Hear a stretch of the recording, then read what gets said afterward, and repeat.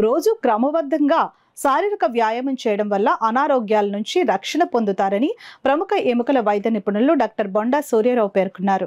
Ramanipeta APIIC కాలనీలో Adabala trust ఆధ్వర్యంలో జరిగిన ఆరోగ్య అవగాహన కార్యక్రమాన్ని ఉద్దేశించి ఆయన మాట్లాడారు. ఆధునిక జీవనశైలి కారణంగా పలువురు అనారోగ్యాల బారిన పడుతున్నారని అన్నారు. జంక్ ఫుడ్, శారీరక వ్యాయామ లోపం దీనికి ప్రధాన కారణమని అన్నారు. దీనిని అధిగమించడం కోసం క్రమం తప్పకుండా నడక, సైకిల్, ఈత, యోగా, జిమ్లలో వ్యాయామం చేయాలని అన్నారు.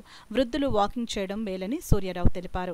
ఈ కార్యక్రమంలో అడబాల రత్నప్రసాద్, ఎస్ఎస్ శ్రీ నగేష్, నిమ్మకాయల వెంకటేశ్వరరావు, రేలంగి బాపిరాజు, రాజా తదితరులు పాల్గొన్నారు.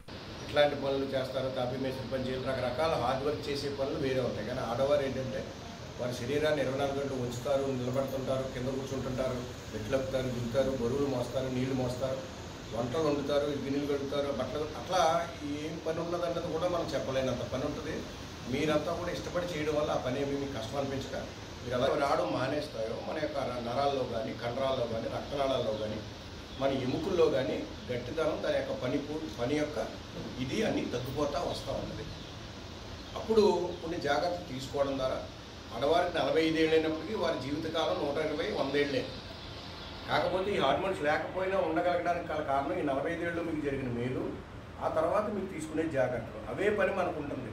వయసులో ఉన్నప్పుడు చేసే పనే, ఇల్లుని శుభ్రం చేసే పనే, లేదా ఉద్యోగస్తురాలైతే ఉద్యోగం చేసే పనే. అలాగే ఒక డాక్టర్ లేడీ డాక్టర్ ఉన్నారనుకోండి, లేడీ డాక్టర్గా వైద్యం చేయాలి, అలాగే ఆవిడ సంసారం చేసి పిల్లలు కానీ పిల్లల పోషణ చూసుకోవాలి. డబుల్ డ్యూటీలు ఉంటాయన్నమాట. వాటికి మనం కొన్ని జాగ్రత్తలు తీసుకోవడం ద్వారా